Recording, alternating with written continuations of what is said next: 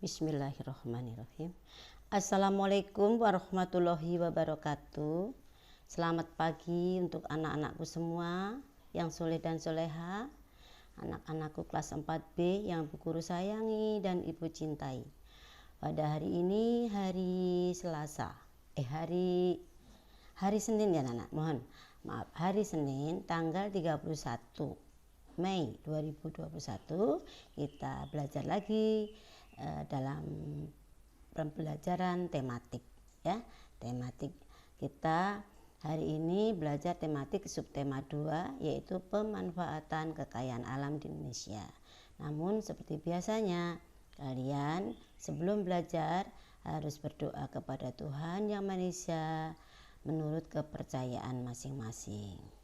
Dan juga kamu persiapkan buku kalian tematik tema I ya anak-anak ya, dan juga buku-buku serta alat tulisnya. Apabila nanti ada yang penting kamu catat. Baik anak-anak, Bu Guru kira lanjut saja karena hari ini agak banyak anak-anak yang kita bahas. Satu subtema yaitu subtema 2 ya, karena waktunya kita ini terbatas ya anak-anak, hanya minggu ini. Jadi untuk Senin tanggal 7 kita sudah mulai ulangan semester ya, ulangan untuk kenaikan kelas. Baik anak-anak, kita lanjutkan. Kalian mulai pada halaman 50 subtema 2 yaitu halaman 35 ya. Kita mulai dari halaman 35. Kalian buka bukunya, perhatikan. Di sini Bu Guru hanya meringkas ya. Kalian harus membaca sendiri dengan baik, dengan teliti agar nanti dalam ujian kamu dapat mengerjakan soal-soal dengan benar. Untuk subtema 2 ya, kita mulai pada subtema 2 yaitu pemanfaatan kekayaan alam di Indonesia ya. Nah, ini kekayaan alam di Indonesia. Oke. Ayo kita mengamati. Sumber daya alam adalah segala sesuatu yang berasal dari alam yang dapat digunakan untuk kebutuhan hidup manusia. Ya, Guru ulang. Sumber daya alam adalah segala sesuatu yang berasal dari alam yang dapat digunakan untuk kebutuhan hidup manusia. Kebutuhan hidup manusia itu banyak sekali anak-anak ya. Yang pokok aja makan, tempat tinggal dan pakaian ya.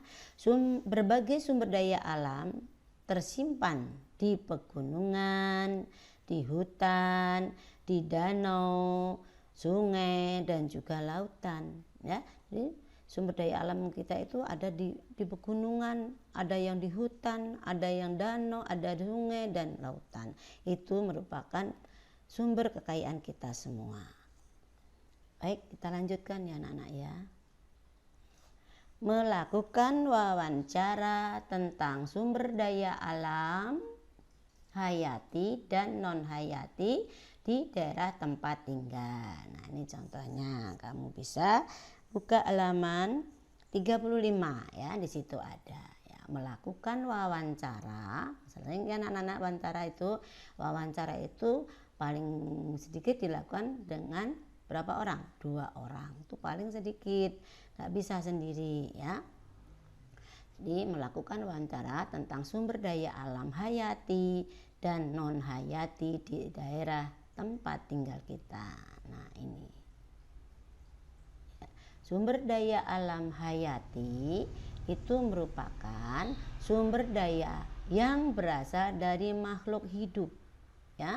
Perlu kamu ketahui, sumber daya alam hayati merupakan sumber daya yang berasal dari makhluk hidup. Makhluk hidup itu contohnya adalah hewan dan juga tumbuhan ya. Lalu sumber daya alam non hayati ya, non hayati berasal dari benda tak hidup atau benda mati ya. Contohnya yaitu barang tambang bahan tambang, ya, seperti minyak bumi, batu bara, ya, dan lain-lain. Lalu batu dan tanah. Nah, ini termasuk sumber daya alam non hayati, ya. Kamu pahami ya anak-anaknya apa yang disebut sumber daya alam hayati dan sumber daya alam non hayati, ya. Kalau hayati makhluk hidup, kalau non hayati tak hidup, yaitu benda mati, ya. Oke, lanjut. Berdasarkan keberadaan dan kelestarian,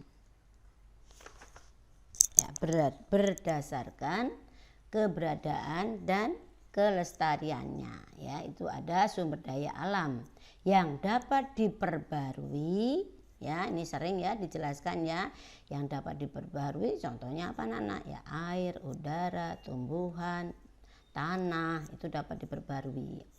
Dan sumber daya alam yang tidak dapat diperbarui, contohnya tentu kalian tahu, minyak bumi, batu bara, barang tambang. Nah, ini tidak dapat diperbarui. Ini berdasarkan keberadaan dan kelestariannya, ya. Dapat diperbarui dan tidak dapat diperbarui. Oke, lanjut. Menjelaskan berbagai sumber energi dan perubahan bentuk energi. Sumber energi utama apa? Matahari, ya. Nah, ini menjelaskan berbagai sumber energi dan perubahan bentuk energi. Nah, kamu bisa lihat halaman 36-37. Nah, energi dapat dimanfaatkan dalam kehidupan sehari-hari.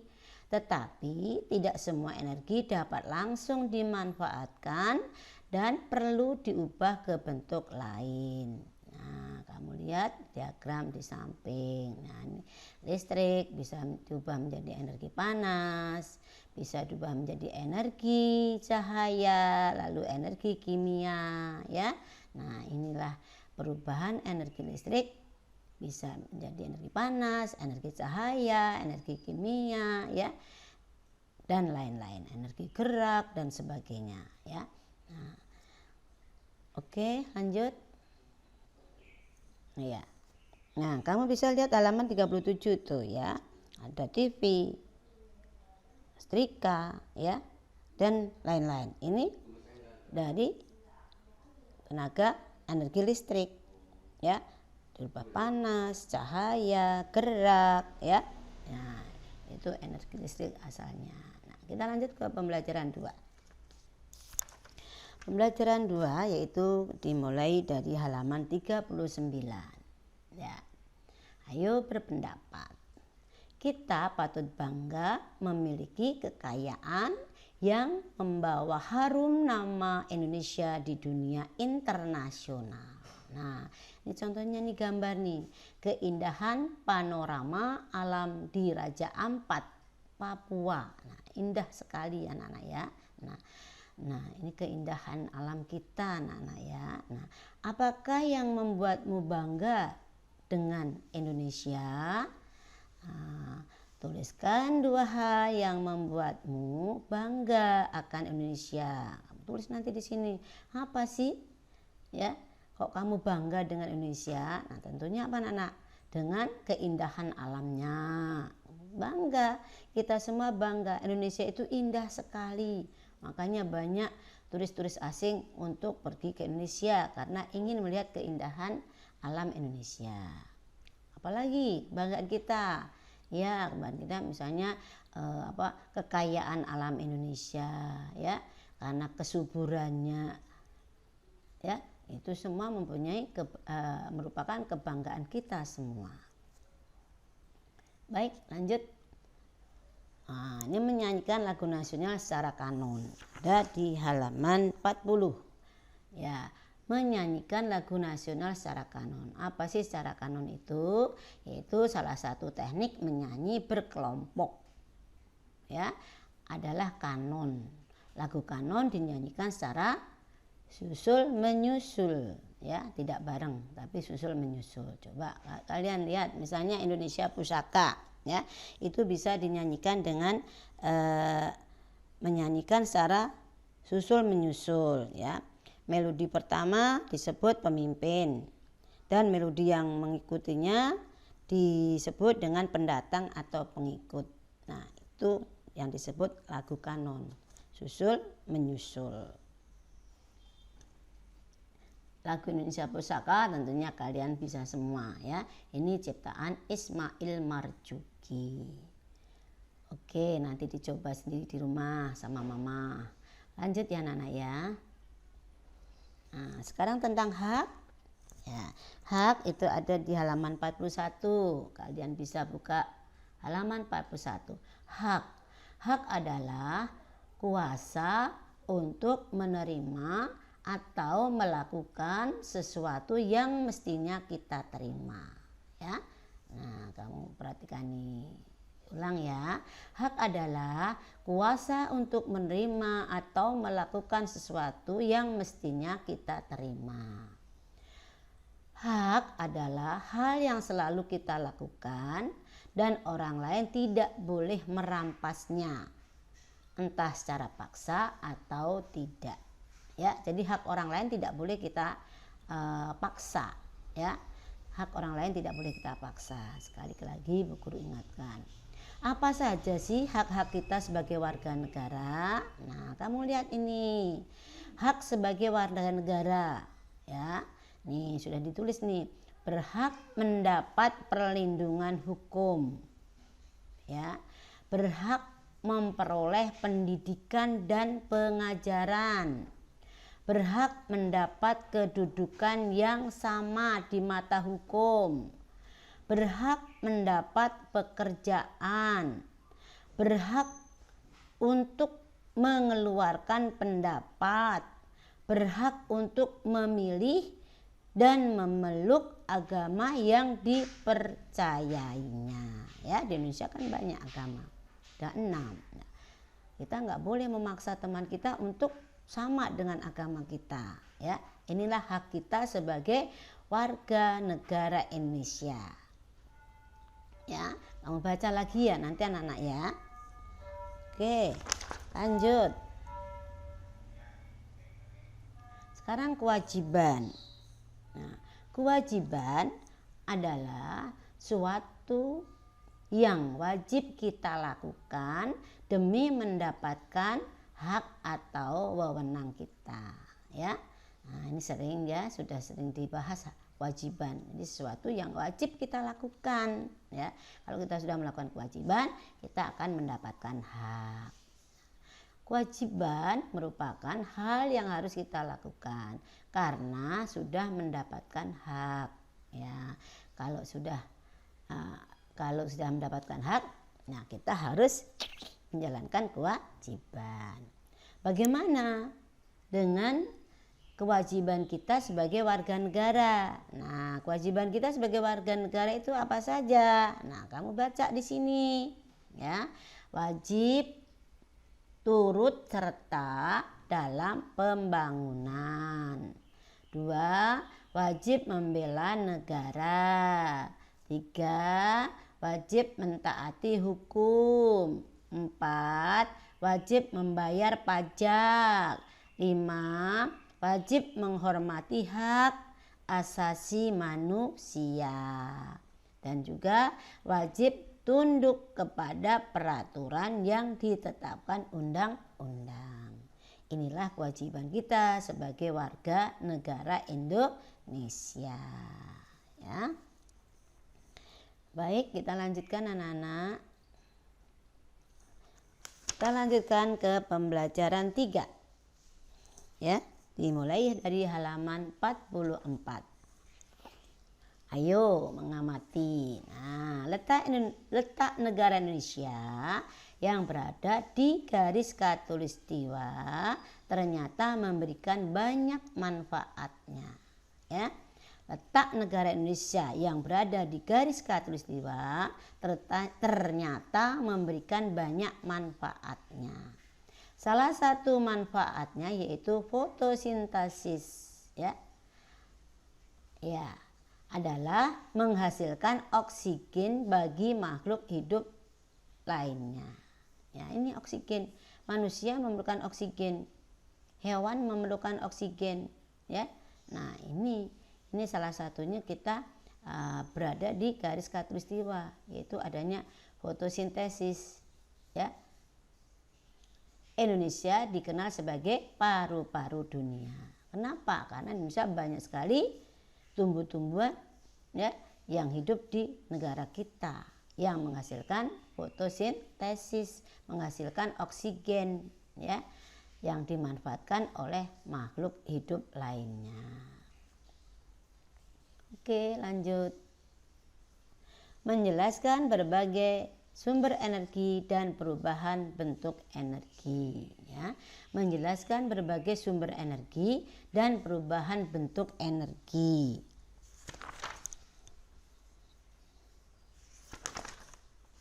Ya. Halaman 44 masih, ya. Dalam kehidupan sehari-hari tentunya kita memerlukan energi untuk menunjang kehidupan. Semua kegiatan yang kita lakukan memerlukan energi, ya. Nah, ulang lagi nih. Dalam kehidupan sehari-hari tentunya kita memerlukan energi untuk menunjang kehidupan. Semua kegiatan yang kita lakukan itu memerlukan energi, ya. Baik, lanjut. Nah, ini contoh kincir air dan gelas plastik, ya. Ini contohnya kalau kamu bikin, ya. Botol plastik, air mineral, kawat, gabus, gunting dan lain-lain. Kamu baca lagi nanti, ini langkah-langkahnya, ya. Langkah-langkahnya ada di buku halaman 45. Nah, ini kalau kamu mau mempraktekkan di rumah, mau buat di rumah, ya anak-anak, ya. Kamu baca itu nanti. Ini langkah-langkahnya, ya. Ada di buku juga ada. Oke, lanjut aja ini, ya. Kamu pelajari sendiri, kamu praktekkan sendiri kalau ada waktu. Oke, kita lanjut ke mewawancarai warga di lingkungan sekitar tentang energi alternatif. Halaman berapa, ya anak-anak, ya? Halaman 46. Mewawancarai warga di lingkungan sekitar tentang energi alternatif. Halaman 46. Manusia sangat memerlukan sumber daya alam untuk memenuhi kebutuhan hidup, ya. Sumber daya alam itu baik yang dapat diperbarui maupun yang tidak dapat diperbarui, ya, itu sangat diperlukan untuk kelangsungan hidup kita semua, ya, manusia. Beberapa jenis tumbuhan dapat diubah menjadi sumber energi alternatif, antara lain buah jarak, jarak pagar, lalu kedelai dan juga kelapa sawit, ya, yang minyaknya dapat dijadikan sebagai minyak campuran untuk solar. Ini alternatif, anak-anak, ya. Ya, jadi berbagai jenis tumbuhan dapat diubah menjadi sumber energi alternatif. Contohnya apa saja? Nah, ini buah jarak pagar, kedelai, kelapa sawit. Nah, ini dapat diubah menjadi minyak campuran untuk pengganti solar. Oke, lanjut. Nah, kita lanjutkan pembelajaran keempat. Ya. Sumber daya alam dapat dimanfaatkan menjadi bahan makanan. Ya, sumber protein berasal dari hewan dan maupun tumbuhan, ya. Jadi yang kita makan itu, ya, itu dari hewan dan juga tumbuhan. Ini mengandung protein. Jadi protein yang berasal dari hewan, nih, contohnya ikan, ya. Protein yang berasal dari hewan disebut protein hewan. Ya, ada ikan, daging, telur, ya. Ayam itu termasuk protein hewani, ya. Sedangkan ini protein yang berasal dari tumbuhan disebut protein nabati, tahu, tempe, ya, oncom dan lain-lain, ya. Itu disebut protein nabati, ya. Perlu diingat kalau nabati berasal dari tumbuhan, sedangkan protein hewani berasal dari hewan, ya. Nah, ini sangat diperlukan oleh kita semua, ya, untuk kesehatan tubuh kita agar kita selalu kuat dan sehat. Lanjut, menjelaskan pelaksanaan kewajiban dan hak sebagai warga masyarakat dalam kehidupan sehari-hari. Masih di pembelajaran keempat, ya. Oke, itu ada di halaman 51, ya, halaman 51. Menjelaskan pelaksanaan kewajiban dan hak sebagai warga masyarakat dalam kehidupan sehari-hari. Ya, Indonesia adalah negara yang memiliki kekayaan alam yang melimpah, ya. Tugas kita sebagai warga negara adalah memanfaatkan sumber daya alam dengan bijak, ya, agar dapat terus dimanfaatkan oleh generasi selanjutnya. Nah, ini tugas kita anak-anak. Kalau kita menggunakan sumber daya alam dengan bijak, ya, menghemat sehemat-hemat mungkin, tidak boleh boros. Karena apa? Karena akan diteruskan oleh generasi selanjutnya, oleh manusia-manusia yang hidup setelah kita semua. Itu juga memerlukan apa? Sumber daya alam. Jadi kita tidak boleh merusak, ya. Kita boleh memanfaatkan hak kita, tapi dengan cara bijaksana, ya. Oke, lanjut. Nah, perhatikan diagram hak dan kewajiban warga negara dalam mengolah sumber daya alam. Nah, hak sebagai warga negara. Kamu lihat nih, hak sebagai warga negara itu satu, hak untuk memanfaatkan sumber daya alam, ya. Ini hak kita memanfaatkan sumber daya alam. Yang kedua, hak kita memakai sumber daya alam, ya. Kita boleh memakai tapi dengan bijaksana. Lalu yang ketiga, hak kita menikmati sumber daya alam, ya. Nah, ini hak kita semua, ya. Satu, memanfaatkan sumber daya alam. Dua, memakai sumber daya alam. Tiga, menikmati sumber daya alam.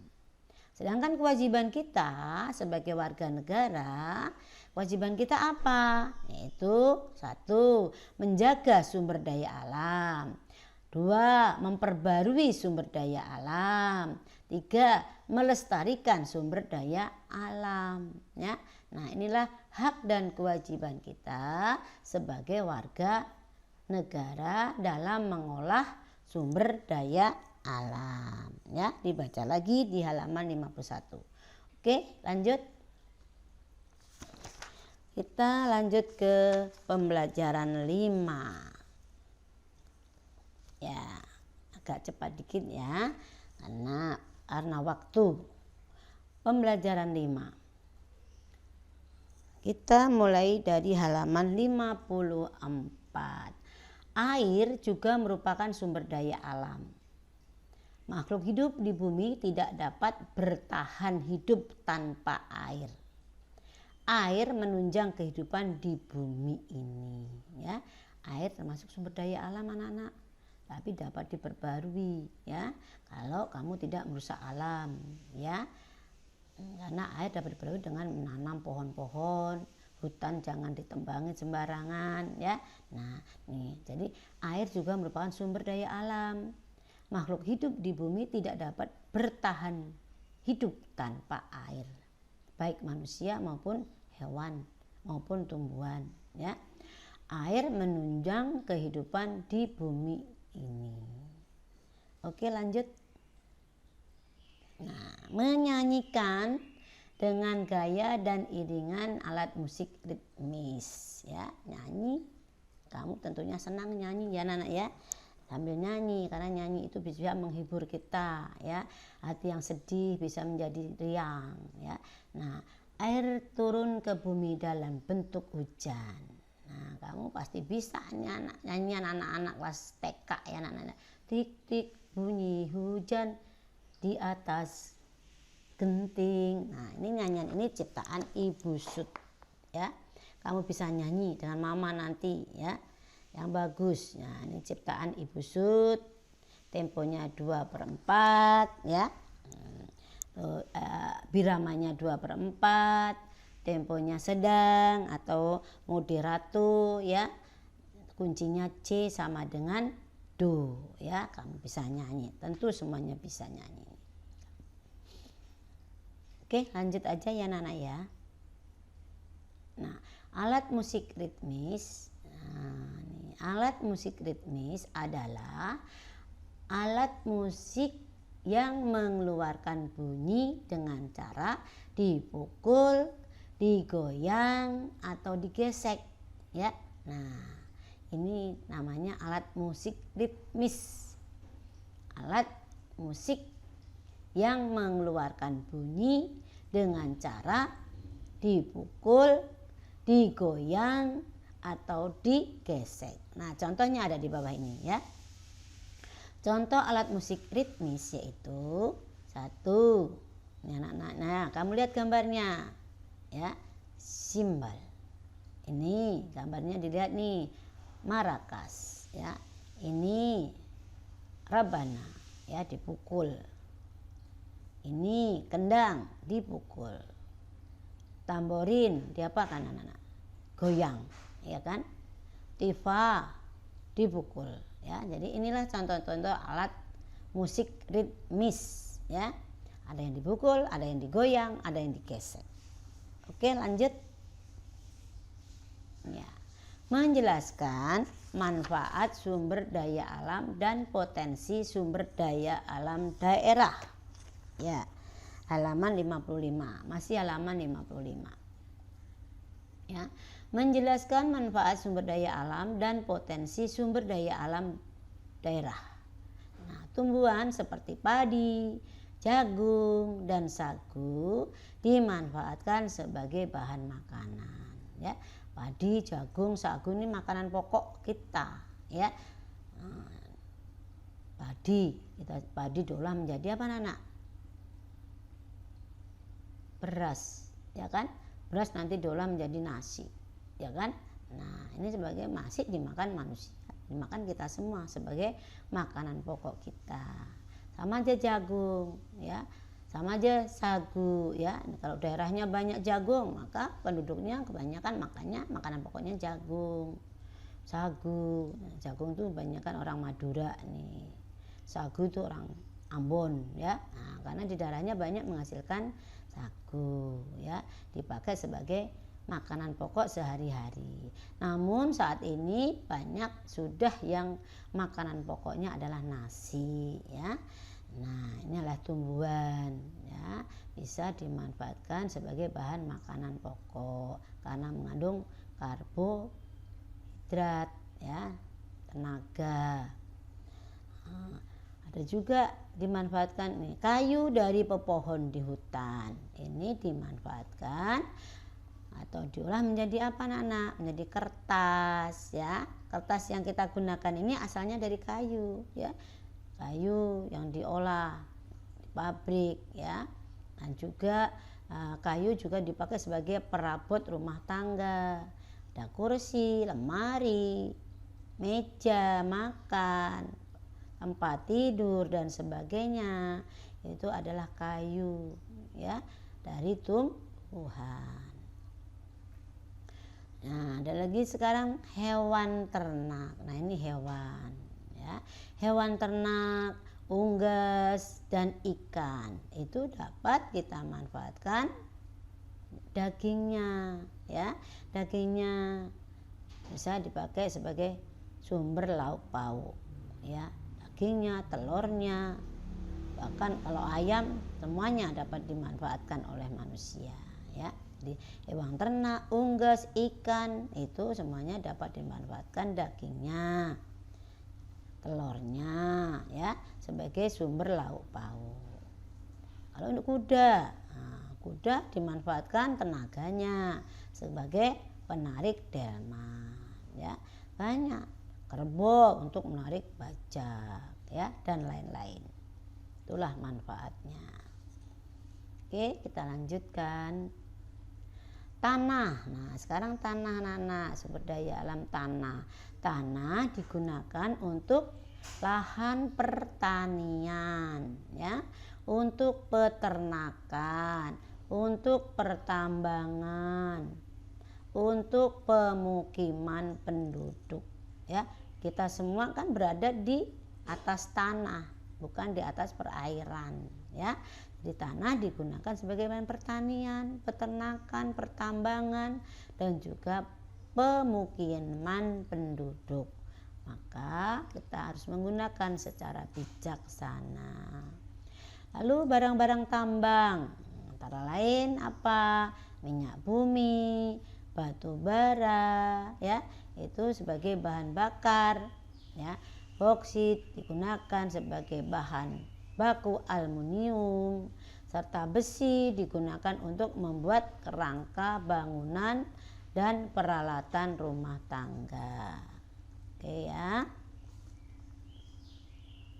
Kita lanjutkan ke pembelajaran 6. Hak dan kewajiban itu saling berkaitan ya. Kita mulai di halaman berapa Nana? Halaman 58 ya. Pembelajaran ke-6 yaitu 58. Hak dan kewajiban itu saling berkaitan ya. Manusia berhak memanfaatkan alam dengan sebaik-baiknya untuk memenuhi kebutuhan hidup. Ya, kebutuhan hidup manusia kan ada makan, pakaian, dan juga tempat tinggal ya.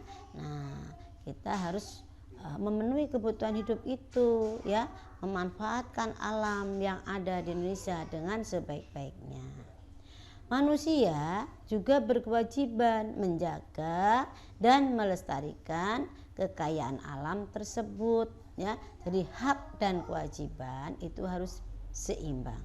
Kita dapat memanfaatkan ya, dan kita harus menjaganya ya, sehingga kita akan mendapatkan hasil dengan sebaik-baiknya.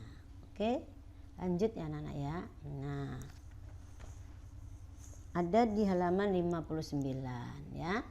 Menjelaskan pelaksanaan kewajiban dan hak sebagai warga masyarakat dalam kehidupan sehari-hari ya. Nah, sebagai warga Indonesia berhak memanfaatkan sumber daya alam dalam upaya memenuhi kebutuhan hidup ya. Jadi kita harus hak kita yaitu memanfaatkan sumber daya alam ya. Akan tetapi kita juga memiliki tanggung jawab untuk melestarikan sumber daya alam tersebut. Nah, contohnya kewajiban yang dapat kita lakukan adalah kerja bakti ya, kerja bakti lingkungan ya. Kalau di wilayah kita ya, di sekolahan juga sama ya. Jadi kewajiban yang dapat kita lakukan adalah kerja bakti untuk melestarikan lingkungan, melestarikan kekayaan alam ya. Baik, apa saja upaya yang dapat kita lakukan untuk melestarikan lingkungan? Satu, melakukan kegiatan reboisasi. Apa reboisasi anak-anak? Penghijauan kembali ya. Reboisasi itu penghijauan kembali, menanam pohon-pohon lagi di atas tanah yang gundul, tanah yang enggak ada tanamannya, itu kita tanam kembali, namanya reboisasi. Kedua, tidak membuang sampah sembarangan ya. Kemarin sudah aku jelaskan. Kalau buang sampah sembarangan mengakibatkan apa? Banjir. Kalau sudah banjir tentunya yang rugi kita sendiri, banyak korban ya, namanya pohon-pohon mati. Terus hewan peliharaan kita juga ya, dan jalan-jalan rusak. Nah, makanya janganlah membuang sampah sembarangan. buang sampah di tempatnya, ya. 3, tidak menebang pohon sembarangan, ya. Kalau menebang pohon dengan pilih tebang, ya, yang sudah siap ditebang, yang belum jangan ditebang. Lalu menggunakan listrik seperlunya. Nah, inilah upaya kita untuk melestarikan lingkungan, ya. Melakukan reboisasi, tidak membuang sampah sembarangan, menebang pohon tidak boleh sembarangan, lalu menggunakan listrik seperlunya, ya. Oke, kita lanjutkan. Ya. Nah, ini setelah Bu Guru jelaskan, ya, kalian kerjakan soal-soal di bawah ini di buku tulis, ya anak-anak, ya. Apakah yang masuk dengan sumber daya alam? 2, bagaimana cara menyanyikan lagu secara kanon? 3, sebutkan 2 contoh hak dan kewajiban kamu sebagai warga negara. 4, berikan 2 contoh perubahan bentuk energi yang ada di sekitarmu. 5, apa kewajiban yang harus kamu lakukan agar sumber daya alam terjaga dengan baik. Nah, ini ada 5 soal, kamu kerjakan di buku tulis, ini wajib ya anak-anak, ya. Lalu kamu kirim ke WA Bu Suci. Bu Guru tunggu, tapi jangan malam-malam. Kalau malam udah nggak Bu Guru periksa lagi, ya. Oke, terima kasih. Semoga kalian belajar dengan giat dan bermanfaat apa yang Bu Guru jelaskan. Selamat belajar anak-anak. Selamat siang. Assalamualaikum warahmatullahi wabarakatuh.